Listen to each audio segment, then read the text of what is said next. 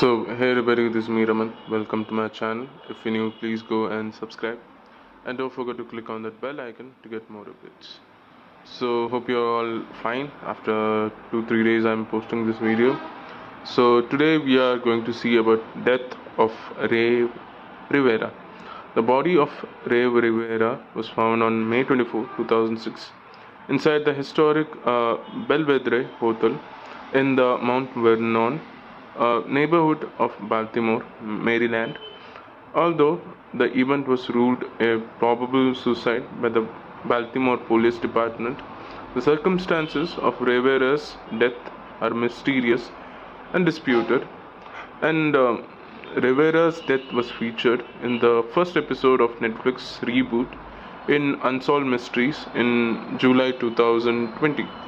So we are going to see about this interesting case. So if you know the story, comment me down below if I made any mistakes or not, or do you find it interesting. If you're new, please do subscribe and don't forget to click on the bell icon to get more updates. And let's begin our video.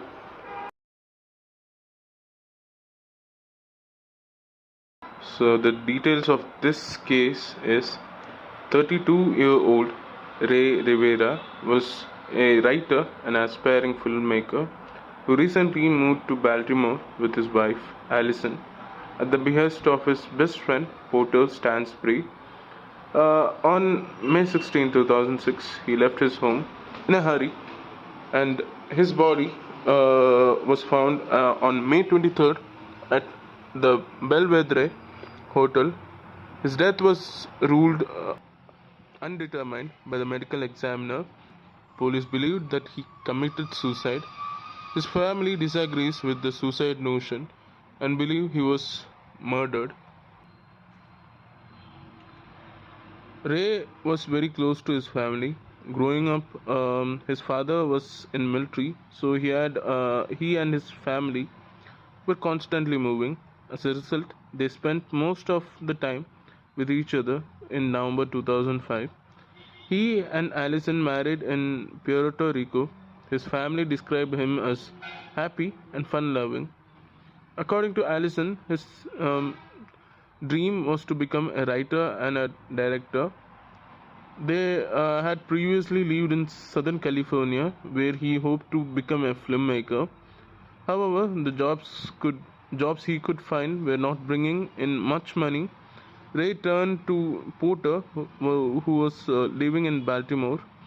They had been friends since high school and played water polo together. After high school, they remained friends. Porter had a company, Stansbury Associates, that wrote financial newsletters. He had always wanted Rey to come write for him, even though Rey did not know finance or stocks. Porter was persistent and really wanted to work with him. In December 2004, Rey took a job writing financial newsletters for Porter in Baltimore. He and Allison moved there but knew little of the area. They made a pact that they were going to live there for 24 months. They soon found a great home, church, and community there. According to Allison, they were very happy there. And on May 16, 2006, Allison prepared to leave for a business trip that morning. Rey woke up with her and made her breakfast. Before she left, he carried her suitcase for her and put it in the car.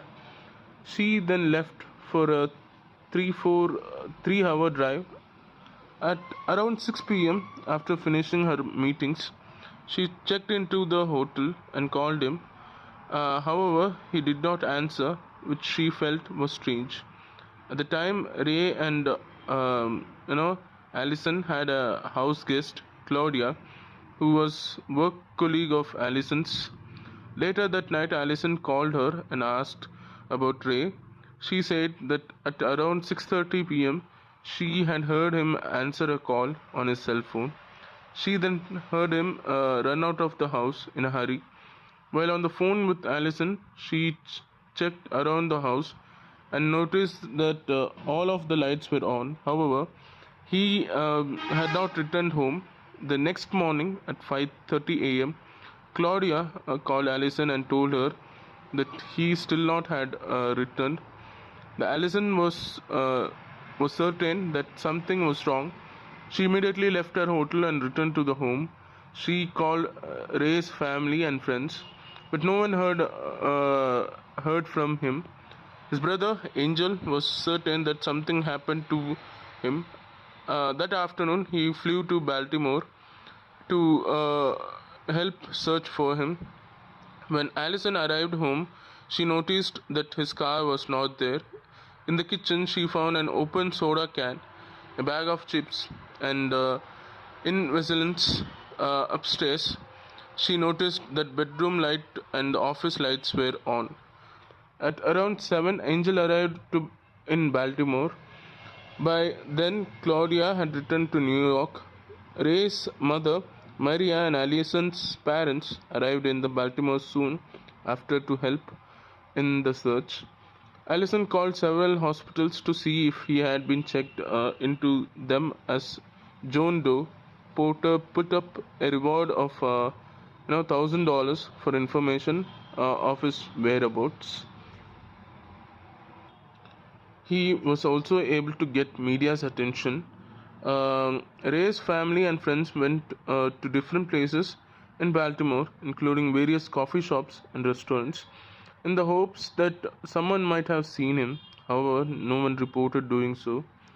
Allison noted that his credit cards were never used, his cell phone was dead, and there was no activity on their bank accounts. His loved ones feared the worst, but knew that they had to keep searching for him. On May 22, Allison's parents decided to search for his car in several parking lots in Baltimore. They eventually found it in spot 7, in one behind a building of St. Paul Street. When found, it had a ticket on it. The parking attendant told Allison that it most likely was parked there on the evening of Ray's disappearance, as he had found it the following morning. She could not understand why he was here. Ray's car was found near the Belvedere, which is a historic hotel which now includes condominiums along with the restaurants, bars, and lounges. The company that he worked for, Stansbury and Associates, is also nearby. Therefore, it did not seem that unusual that he would be in the part of the town. Multiple searches were conducted in the area surrounding his car, where his car was found. On May 24, 3 of Ray's co-workers decided to go to the top of the parking garage next to the Belvedere. When they looked over the edge, they spotted flip-flops on the lower roof area near a hole in it.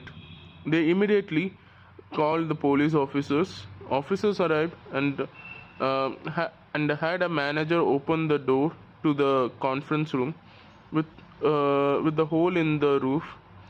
Inside, they found Ray's body on the floor. His family was told the news at Baltimore Police Headquarters later that day. As Ray's family and friends mourned his death, police began to investigate it. His body was found on a prone position and was heavily decomposed. 8 days had been passed from his disappearance to the discovery of his body. Despite the decomposition, the medical examiner discovered multiple fractured ribs, punctured lungs, lacerations, damage to the skull, and 2 fractures in the right leg especially. With the extent of the injuries, it appeared that he had come from a great heights when he went through the roof. Investigators noticed that the hole was clean and not too large. Ray apparently fell through it vertically. The biggest question becomes, where did he come from and how did he get through the hole? The first theory was that he either jumped off, fell off, or pushed off the top of the roof and went through the lower one, which was about 10 stories down. The top one was approximately 40-foot open area. However, there are several different structures there, such as air conditioning units and air ducts. There was approximately 45 feet between the edge of the roof and the hole. Detective Michael Bear felt that it would have been virtually impossible for Ray to have made the jump, especially in the flip-flops. Allison recalled that he was very afraid of heights and would have been scared of the top as there was no railing. She could find no reason for him to be there. Bear did not believe that he had jumped from the roof. The second theory was that Ray jumped from the parking garage where his co-workers had discovered the hole. The distance from the garage to it was about 20 feet. The height from the lower roof to the garage was also about 20 feet. Bear felt that a jump from the garage into the roof would have been survivable. Also, he did not believe that the injuries to the Ray's body matched with the fall from that height. As a result, he ruled out this theory. And the third theory was Ray fell from a ledge on the 11th floor. The ledge wraps around the building. However, he could not only access it by going through either an office or someone's condo. Also, windows were half windows, which barely opened at all. Furthermore, the ledge was small and it would have been difficult to maneuver it without falling off of it.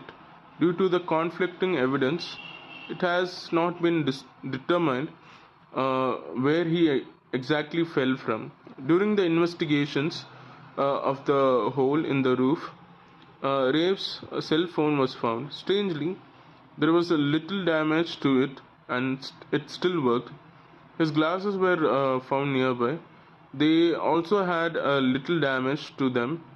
WBAL TV reporter Jane Miller became interested in this case and reported on it several times.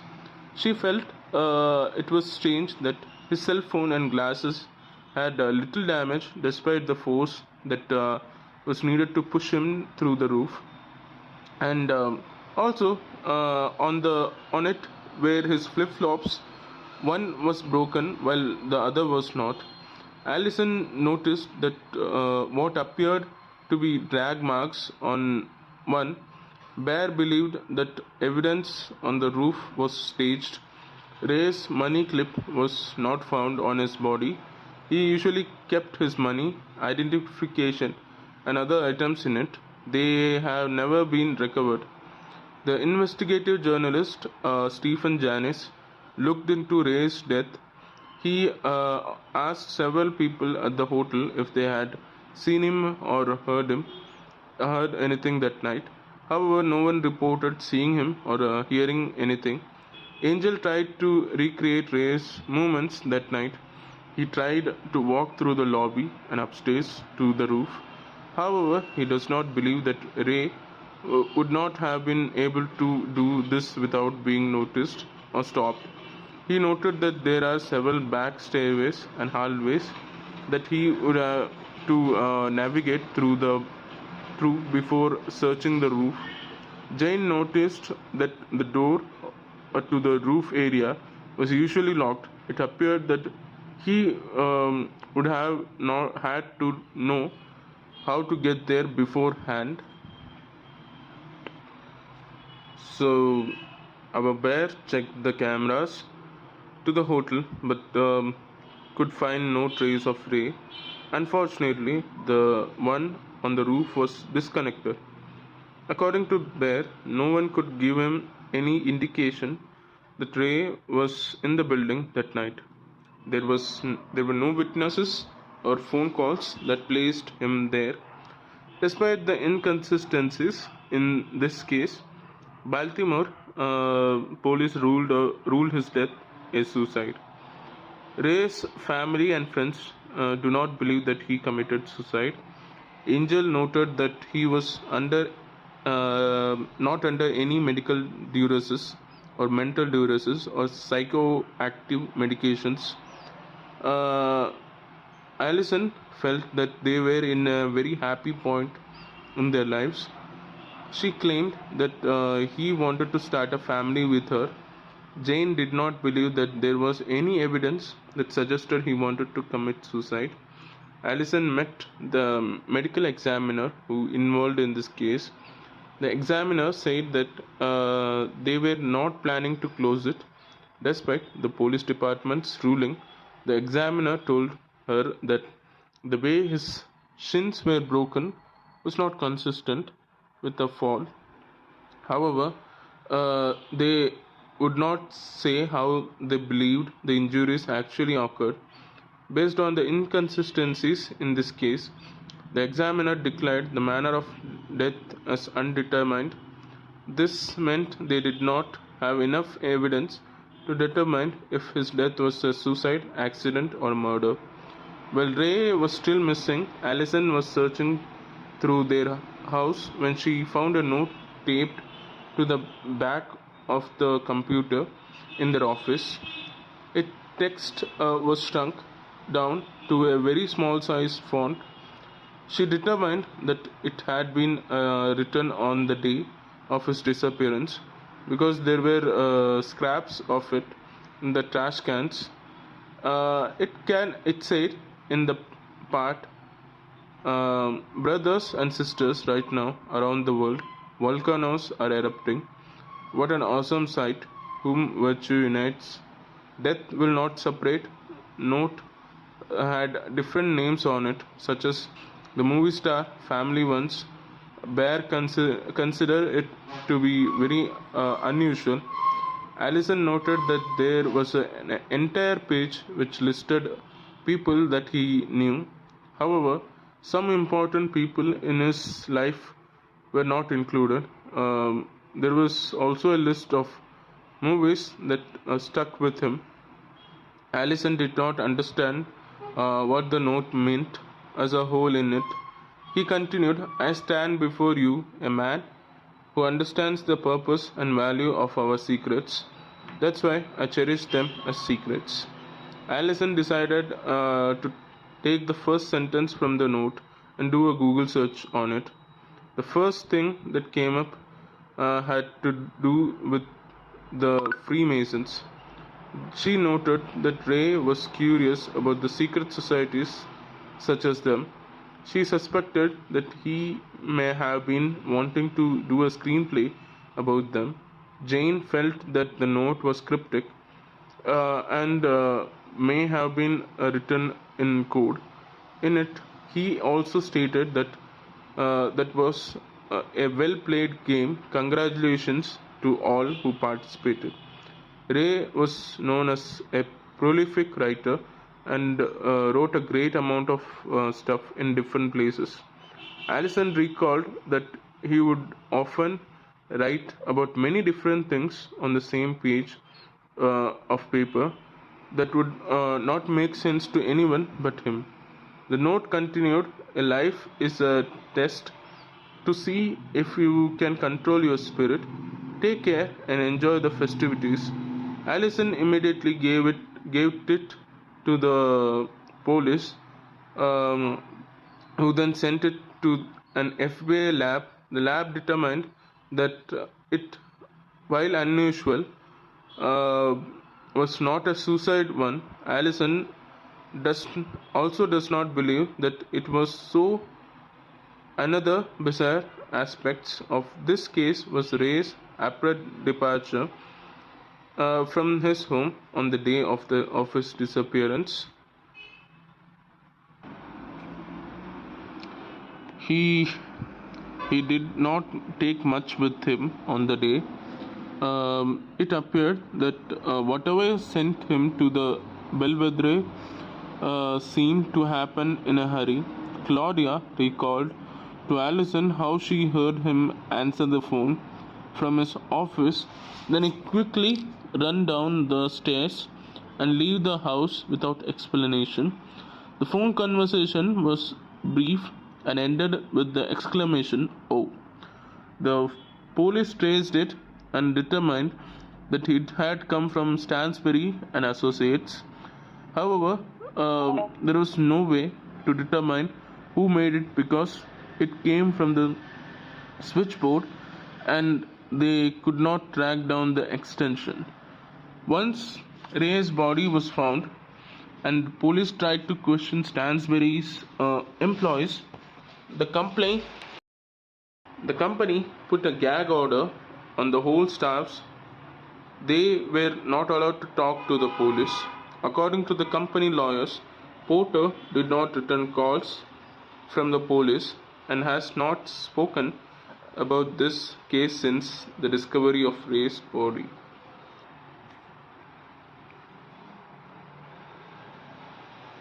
Bear believed that this was suspicious. Allison felt similarly. She did not understand why he would not want to talk to anyone but about Ray's death. At the time of Ray's disappearance, he was a freelance videographer for Stansbury and Associates, producing documentaries and videos of conferences. Prior to that, he was working as a newsletter called The Rebound Report, which gives the reader stock tips to buy stocks that are currently not doing well, and but will rebound in the future. Before he came to Baltimore, Porter put out a letter under a firm called Pirate Investors that touted the investment in a Russian firm that planned to discover uranium. However, the tip did not work out, and investors complained subsequently. The Securities and Exchange Commission, or SEC, filed a fraud charges against Porter and fined him approximately $1.5 million. The company claimed that it was their First Amendment right to give the advice about the Russian firm. However, according to SEC, the advice was fraudulent. According to the Allison, one of the reasons Ray came to Baltimore was to help clean up Porter and company's reputation in response to the fraud allegations. About 2 weeks before Ray's death, Allison noticed that something was worrying him. She did not think much of it at that time. However, at 1 a.m. on Monday, May 15, the day before he vanished, the house alarm went off.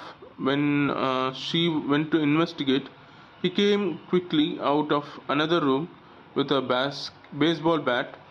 She noticed that he was extremely frightened by the alarm. This concerned her because he normally was not afraid of anything. The police came out to investigate the alarm.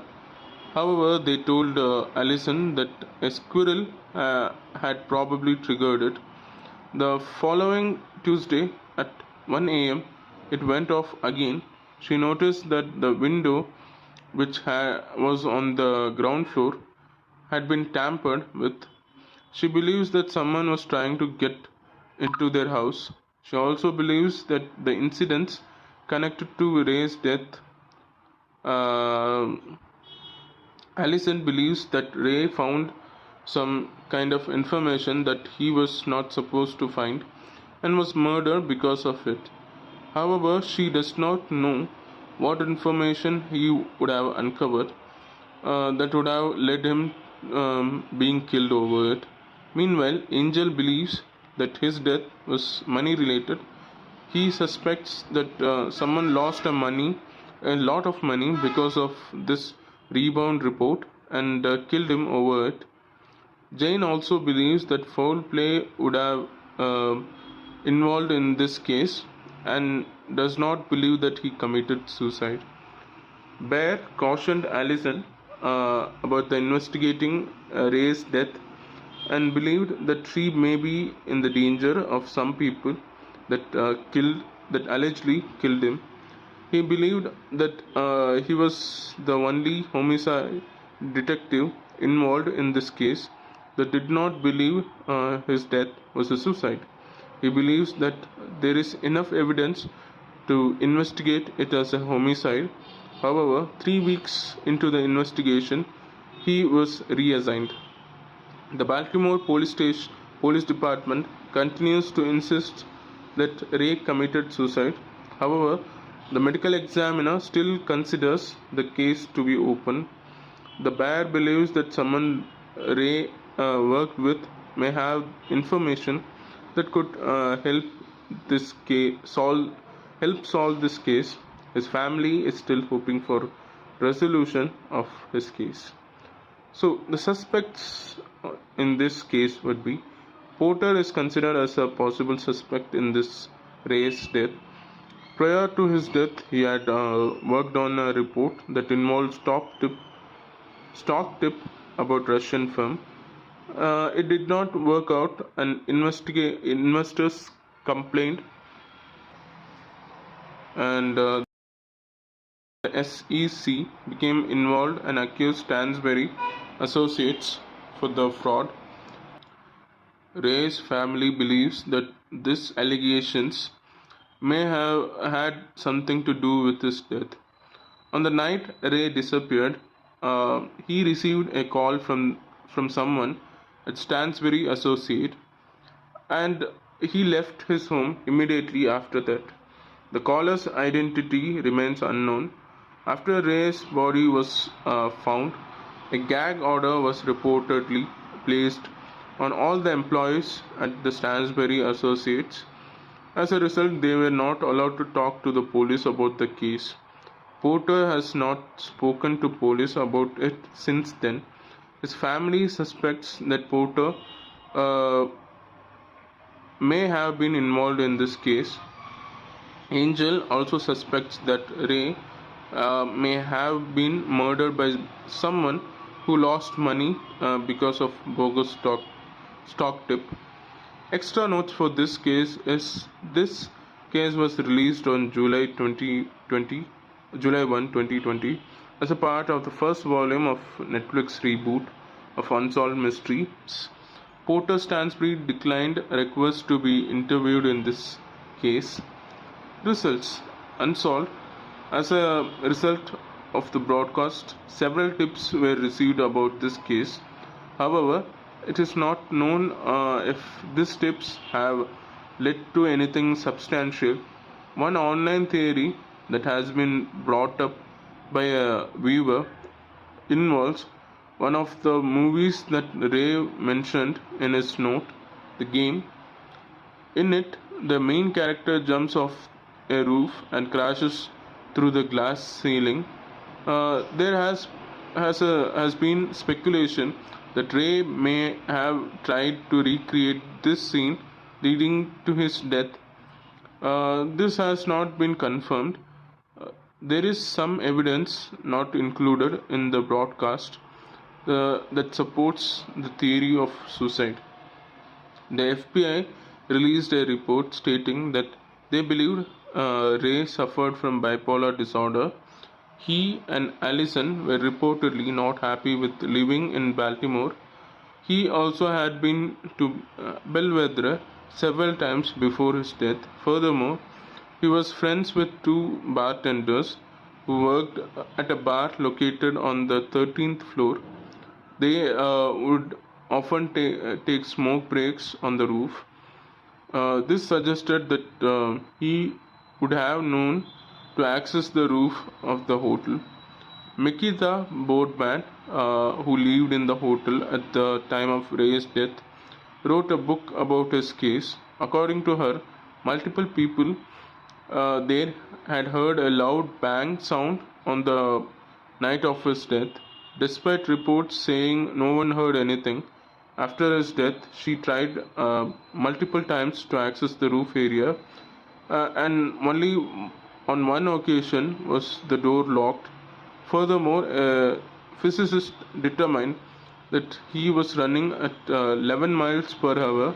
He could have jumped from the roof and landed in the spot where his body was found. So this is about the case. What do you feel about the case? It's a very long video. Watch till the end and be thrilled. And thanks for watching. Like, share and subscribe. Thanks.